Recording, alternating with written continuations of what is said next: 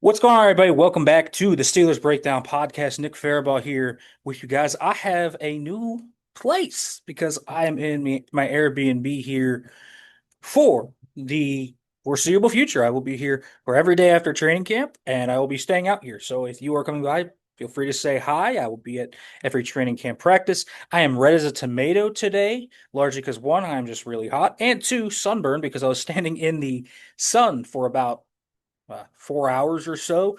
So that's wonderful. This will probably recede in about a day. But let's talk about today because very, very eventful day, if you will. We talked, if you want to go see what I said about Omar, Jaylen Ramsey, Troy Faltano, a few others, TJ Watt, that all talked. You can check that out. Mike Tomlin then talking after the conditioning says the Steelers have everybody here and they have one injury, non-football injury list for Isaac Seumalo, who has a soft tissue injury, but outside of that, fully healthy. But let's talk about what I thought was the story of today.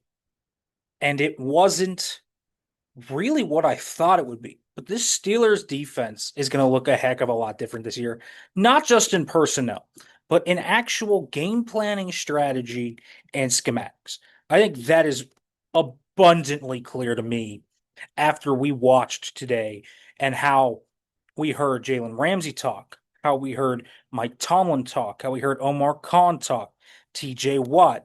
There is going to be a lot of differences on this defense. And Mike Tomlin specifically addressing the idea of man coverage. And this was one of my criticisms so quickly out of the gate last year was this team was so vanilla with their schematics on defense. Teams teed off on TJ Watt because he stayed on one side of the line. He's not going to do that this year. He teased that he was going to move around a little more. And I think that is something we are going to see. We are going to see TJ Watt playing on the right side. We are going to see TJ Watt playing on the left side. We are going to see him as a spinner over the A and the B gaps. That's going to be something. You're going to have to know where TJ is on every snap. And while that's not the cure all, it is part of it. They still have to have better blitz schematics. Patrick Queen only blitzed 8.9% of the time last year. He's a phenomenal blitzer. He should be used more. Jaylen Ramsey's a really good blitzer. He should be used. Deshaun Elliott, he should be used. We are talking about guys that can come downhill and become really good blitzers, and the Steelers have really good front seven players behind their defensive line to be skilled in their blitzes. And so I want to see more zone blitzes. I want to see more blitzes that are overloaded to one side. I think Keith Butler, one thing he did so well out of things that he didn't do well. But the one thing he did really well was scheme up blitzes and get one-on-ones for your guys. TJ Watt was able to have a lot of one-on-ones with Keith Butler was the defensive coordinator because of these blitzes. And these blitz schematics, I think, need to come back. The Steelers, I think, are really comfortable working in man coverage as well this year, which is why they went out and got Jaylen Ramsey, why they added Darius Slay. All these things come together as to why the Steelers are so enthusiastic about what they have. And so, this kind of idea of just rushing for, not stunting the front, really not disguising anything, just playing basic cover one, spot drop three, maybe some iterations of Tampa two. It's going out the window. We're going to see a more diverse scheme this year from the Steelers. We are going to see a lot of man coverage. And Mike Tomlin came out and said as such that we are going to see a lot of man coverage.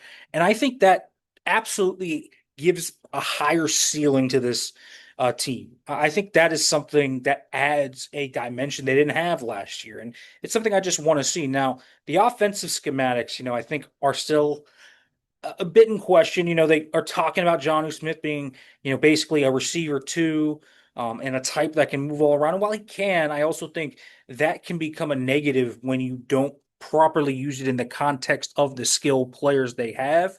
So I'm a little more skeptical about the offensive schematics, but the defensive schematics, they seem to have a very easy plan here, which is we're going to play more man to man against really good teams. That's going to allow us to blitz more. That's going to allow us to show different fronts. It's going to allow you to do different things. And so I think that is extremely important when you were talking about the Steelers. Pittsburgh is a really fun secondary sans the free safety position, I still think that is something that they need. Now, Omar Khan didn't shut the door on that. And you can talk about whether you want it to be Justin Simmons or someone else. Doesn't feel like Julian Blackmon's an option anymore with Tyrann Mathieu retiring and potentially now heading to NOLA. But they need to get a free safety. The backup free safety right now is probably Quindell Johnson. Sorry, I just don't believe in Quindell Johnson with his limited resume. And Juan Thornhill, who could be good and certainly has a chip on his shoulder. I think he's got some gusto to him. I think he's a fun player to be a kind of bounce back candidate, but how can you trust that? The tape last year is rough. It is. And I think we need to acknowledge that. And so they need a better plan at free safety. That is something that could sink this defense. If you're playing man coverage, you need that free safety to cover ground and to be a significant playmaker. And without Minka there, you lose that top blanket. Can Thornhill do that? I think that's a big question. Can he be a legitimate piece in the run defense as well? I mean, there's so many things I think that you look at with this defense and the investments they've put into it. And it's so talented, and they should be very good this year. But there's still some things I want answered. But the schematic changes that they are talking about, moving guys around the front, more man coverage, the disguises, the blitzes, all extremely encouraging. Now, we still need to see it play out. We still need to see it actioned upon. Saying things is great. I want to see action before I crown people. But I think that is important to note that they are going to change the schematics here. And I really do. And I really do like that part of what I'm hearing. I think that is such an important part of Pittsburgh's ceiling this year versus what they're going to do. And I do think Jaylen Ramsey, this idea that Jaylen Ramsey is going to be a safety today was kind of proven to be a little folly. I think Mike Tomlin once said he's not really in the mix to replace Minka. I think that's correct. I never thought he was going to be a full-time free safety. Ramsey kind of hinted he didn't want to play safety or wasn't going to play safety. This guy is getting paid $26.2 million dollars in total. The Dolphins are taking on some of that, but really it's $19.2 million dollars. You don't really pay that much money for a guy that would go from corner to safety in year one. He could make that switch eventually, and I wouldn't rule that out. I think it's possible that eventually he moves to safety, but I'm talking 2 years down the line potentially if he's still around. I'm not talking right now, here as we stand. The Steelers have a vision for Jaylen Ramsey, and the vision should be as a game changing slot defender. I think that's really where he is. He'll play outside, I think, a lot in base. I think they're going to kind of mix and match their base personnel depending on where they see Slay and where they see Ramsey and where they see JPJ and who matches it best against certain players. But when they go to nickel, when they go to dime, Jaylen Ramsey should be the nickel corner. He can be a Marlon Humphrey type. He could be a Trent McDuffie type, a guy that goes inside whenever you need him to, but can follow guys to either side, play inside, can be multi-dimensional, can be a guy that is a disguise. And that's where the pseudo safety stuff comes in is you can actually utilize him in safety looks out of your nickel. He could be the third safety in your nickel, essentially, in some ways, in the three safety nickel. But it's not really a true nickel. It's kind of a slot nickel role um, on top of some safety responsibility. So it's not like traditionally moving to safety. Like when Patrick Peterson did it a few years ago, I don't think we're going to see Jaylen Ramsey doing that. I think we're going to see him more in a bunched role, kind of similar to what Cam Sutton did back in the day, but kind of a supercharged version of that in some respects, which I think is a lot of fun to think about when you think about what he brings to the table. This is a guy that has great ball skills, exceptional football IQ, and he is a real game changer schematically for what they can do. Now let's see how it's actioned upon. There's certain things you should be concerned about. The age of Slay and Ramsey, could injuries pop up for them? Certainly. Is Thornhill and Elliott's injury history a concern at safety? Yes.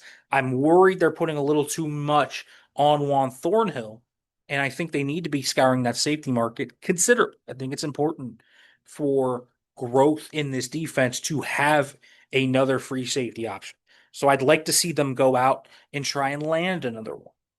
I'd also like to see them continue to add along the offensive line and at wide receiver for the offense. But I do think the defense is in an encouraging place from their plan and from what they're doing.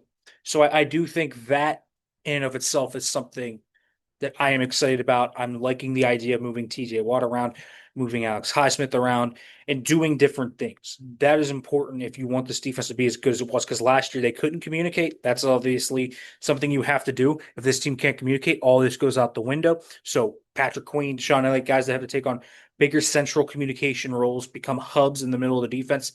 Very, very important. The one area of this defense that does worry me a little bit is the spine of the defense, the inside backers in that safety room. Could they be hurt up the seams? I think that's a bit of a concern.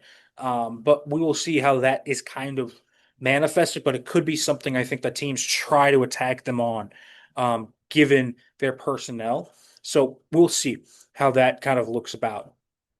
The other thing that stuck out to me was specifically about this kind of quiet confidence in the wide receiver. I mean, I don't necessarily always buy when Omar Khan and Mike Tomlin tell me something. Their actions say differently, but I think there is a reasonable amount of confidence in Calvin Austin. I think that this team is excited about Roman Wilson, but I also think they should be looking for an upgrade right now. Because here's the thing, if you wait until cutdown day, and you could, and there could be fun players out there after cutdown day. I mean, Tim Patrick and Noah Brown last year were legitimate contributors to playoff teams last year that won playoff.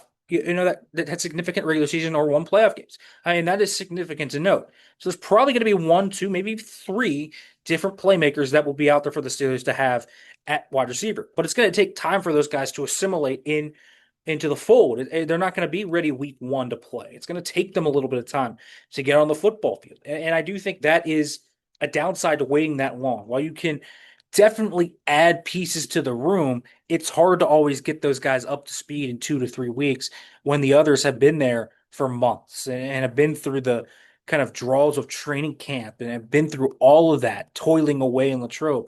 So there is something there to think about with the Steelers. And so Pittsburgh really, I think, has two problem areas. I think they are kind of fun in some ways with the defensive schematics. I'd like to see them make some significant moves on safety and wide receiver. But also, when you look at the Steelers' kind of thesis for this year, it's relying a lot on these older players. Injuries can pop up. They were really bad with soft tissue injuries last year. That's got to be figured out. Hopefully, the strength and conditioning staff sat down and figured out what went down last year, because this year they can't really afford that many injuries there. And it's also kind of placing upon the coordinators, I think, to have cogent plans of putting these pieces together. There's a lot of talent on this team, but how do you utilize Johnny Smith and Pat Frymuth together? How do you kind of meld those tight end skill sets together? And I do think they need another power wide receiver, specifically that plays outside for depth and for a guy that they can utilize in heavier personnel, kind of in 12 personnel. If you get a guy like Gabe Davis, who I have definite issues with, but he's a great blocker and a field stretcher, I think that is a kind of player you can utilize in your 12 personnel packages and even 11 personnel when you want to condense the set to do different fun things if you are the Steelers. So the Steelers are going to do some interesting things. They're going to try and get into mismatches offensively. Johnny Smith's going to be a big part of that and kind of moving him around. I think they're going to try and utilize him more like how the Dolphins did last year, utilize him in the screen game, on catch and run stuff in the quick game, because that's where Rodgers really kind of sits back and wins. And so all these things come together as the schematics this year are really important because the Steelers have talent, but there's got to be a vision. Everything's got to fit together. It seems like the Steelers have ideas for that, but I'm really interested to see how it kind of comes about into on the field, and I'm looking at that for training camp tomorrow. All right, folks, thanks for watching. Make sure to like, comment, subscribe, turn on the notification bell for more. I will be back tomorrow after training camp with some takeaways.